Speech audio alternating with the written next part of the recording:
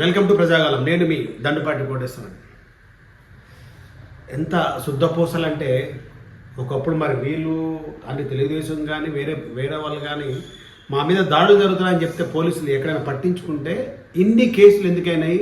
ప్రతిపక్షంలో అప్పుడున్న చంద్రబాబు నాయుడు పైన కానీ నేనే సరే ఏదో ఏమి తిరగనట్టుగా అమ్మ బూతులు అసలు చెప్పడానికి మాటలు రాని బూతులు తిట్టిన ఈయనకి ఫస్ట్ ఏం చేయాలా గుడివాడ ప్రజలు కానీ ఆంధ్రప్రదేశ్ తెలుగు రాష్ట్ర ప్రజలు కానీ ఆలోచిస్తున్నారు. అది వదిలేసి మేము అసలు మాకు గడప బయటే పెట్టము, నాలిక బయట పెట్టము, మన నాలికని మాకు అట్టిపండు కూడా కొరకలేము, మేము నోట్లో వేలు పెడితే ఏం తినలేము. అప్పుడు పరిస్థితి చూడండి, రాజు మంత్రి అవుతాడు, మంత్రి రాజు అవుతాడు అన్న కారణం ఇదే. అడుక్కున్నాడు కోటీశ్వరుడు, కోటీశ్వరుడు అడుక్కున్నాడు అవుతాడు. ఏం జరిగింది చూడండి, ఏమంటాడు? నన్ను చేస్తావు, వంశం చేస్తావు, గౌరవం చేస్తావు, అంబటి రాంబాబు చేస్తావు, జగన్మోహన్ రెడ్డి గారు చేస్తావు, ఎవరు చేస్తావు చేయరా? ఒక్కరిని టచ్ చేసుకోతే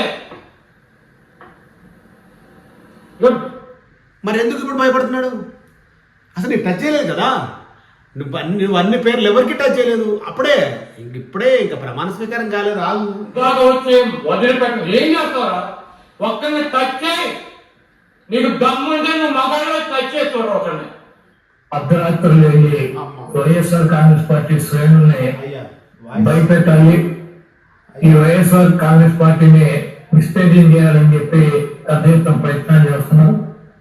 పెద్ద లోపల ఉన్నటువంటి పోలీస్ స్టేషన్ లో కానీ కంప్లైంట్ ఇచ్చిన ఒకవేళ మనకు ముందు సమాచారం ఉండి ఇట్లా గొడవ జరిగేటువంటి పరిస్థితి ఉందని చెప్పినా కూడా వాళ్ళు వచ్చి సాక్ష్యపాత్ర వహించడం, అదేవిధంగా దాడులు చేస్తుంటే చూస్తున్నటువంటి పోలీసు వ్యవస్థ మీద కూడా అది ఇది అయిన కొడాలన్నా టచ్ చేయరా రారా అది వాడు చంద్రబాబు నాయుడు, వీడు లోకేష్, వాడు పప్పు. ఇప్పుడు నువ్వు అప్పు అయిపోయినా పప్పు కాదు. నీ ఏం మాట్లాడుతున్నారు సార్? ఇదేం పద్ధతి ఇది? అప్పుడే కాదు సార్, ఇంకా 5 ఏళ్ళు ఉంది. ఏడుండాలి, ఏడికి పోవాలి, ఏం సంగతిలే మా పరిస్థితి ఏందో అప్పుడు వస్తుంది. ఇంకా ప్రమాణ స్వీకారం కానివ్వండి, శుద్ధపూసలు లేక మాట్లాడవద్దు. ఇంకా టైం చాలా టైం. నేను మీ దండుపాటి కోటేశ్వరరావు.